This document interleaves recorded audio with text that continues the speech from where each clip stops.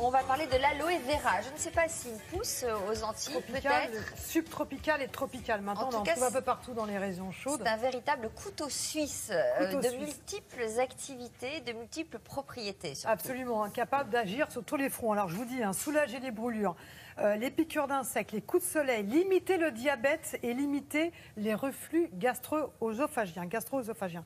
Alors, pour les plus sceptiques, parce qu'effectivement, on parle de beaucoup d'intérêt. Pour les plus sceptiques, sachez que c'est très sérieux.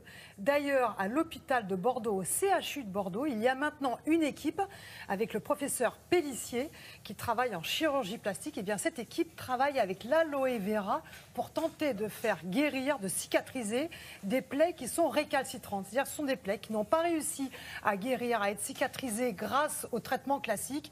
Et maintenant, eh bien, ce professeur Pellissier a décidé dans son service d'introduire l'aloe vera, de le mettre sur les plaies et les résultats sont tout à fait exceptionnels. Alors évidemment, on a voulu en savoir plus, nous nous sommes rendus à Bordeaux et nous avons suivi une patiente, Maïté, gravement brûlée sur la cuisse. Aujourd'hui, Maïté se rend au CHU de Bordeaux pour une consultation très particulière, se faire soigner grâce à une plante exotique. Après une brûlure sévère et l'échec des soins classiques, l'équipe médicale lui a proposé de miser sur les pouvoirs exceptionnels de l'aloe vera pour tenter enfin une guérison.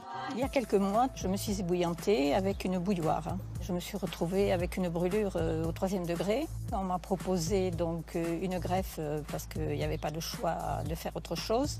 Une partie de cette greffe n'a pas pris et la cicatrisation était assez difficile. Bonjour. Oui. Curieusement, on m'a proposé un soin que je ne connaissais pas du tout. Enfin, je connaissais le nom de la plante qui est l'aloe vera et j'ai accepté. 3 fois par semaine, donc je revenais à l'hôpital pour me faire des soins à l'aloe vera.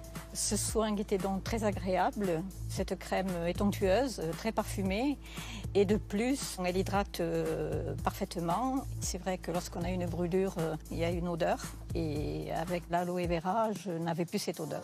Une cicatrisation rapide grâce à cette thérapie millénaire, c'était le défi du professeur Pellissier lorsqu'il a tenté cette nouvelle expérience il y a 6 mois. Après 6 mois d'essai, ce qu'on constate effectivement, c'est que la cicatrisation semble s'accélérer. Les pansements sont remarquablement indolores, c'est-à-dire que le changement de pansement est très confortable pour le patient. Et on a également une réduction de l'inflammation de la plaie elle-même, mais surtout des tissus autour de la plaie, ce qui permet une meilleure cicatrisation. Les études précédentes ont montré que l'aloe vera contient des composés extrêmement intéressants, des oligo-éléments ou des facteurs de croissance, qui permettent de booster la cicatrisation tout d'abord, mais également de lutter contre la douleur d'une part, et contre l'inflammation de la plaie et des tissus environnants d'autre part, ce qui le rend donc très intéressant dans la cicatrisation des plaies chroniques. Là, nous en sommes à 3 mois Oui. de plaie. Oui. Et ça fait 3 semaines que nous ne nous sommes pas vus. Oui. Mais c'est guéri. Maintenant, je l'utilise régulièrement pour mon corps et puis pour tous les petits bobos qu'on peut avoir, c'est-à-dire une piqûre, un bleu, etc. quoi. Alors, Sophie, ça ressemble à un cactus, ça n'a rien... On ne montrait pas un couteau comme ça, c'est impressionnant. Ça ressemble à un cactus, ça n'a rien d'un cactus. En fait, ça fait partie de la famille de l'asperge et de l'ail. Donc, je coupe une feuille de l'asperge et de l'ail. Exactement, curieusement. Je coupe une feuille de cactus.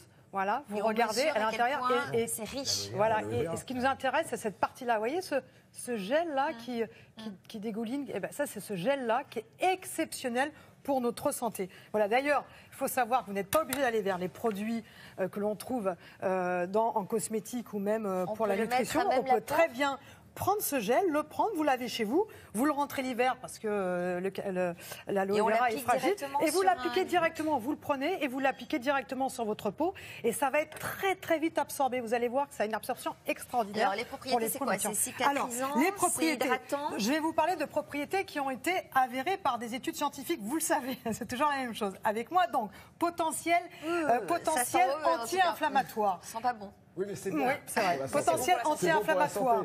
plus anti-inflammatoire que les autres plantes qui sont utilisées contre les coups de soleil. Potentiel sur la glycémie. On sait que quand on consomme de l'aloe vera, eh bien finalement, on va rendre l'insuline, cette hormone qui est chargée de limiter le taux de sucre dans le sang, plus efficace. Potentiel contre les troubles digestifs. Pourquoi? Eh bien parce que elle permet de limiter la sécrétion d'acide chlorhydrique dans votre estomac. C'est pour cette raison que maintenant, en pharmacie, vous avez, Sophie, des produits à base d'aloe vera que vous pouvez boire matin et soir, qui sont très efficaces pour les gens qui ont des reflux gastro-œsophagiens et qui ont des brûlures. Et ça marche vraiment bien. Donc ça, vous pouvez le trouver en pharmacie. Vous pouvez trouver des produits maintenant, que ce soit en cosmétique, que ce soit dans les magasins bio.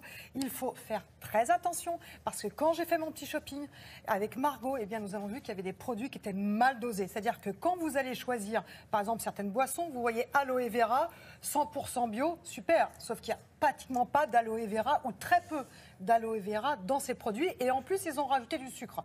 Donc, pas d'intérêt. Il faut aller vers des produits de très bonne qualité où vous voyez qu'il y a un minimum 80% d'aloe vera et quand ils ont respecté le process de fabrication pour avoir des bons nutriments dedans. Donc ça, c'est important. Et puis là, pour les pommatures, pour la beauté, pour hydrater les mains. Et puis ça, c'est pour la santé.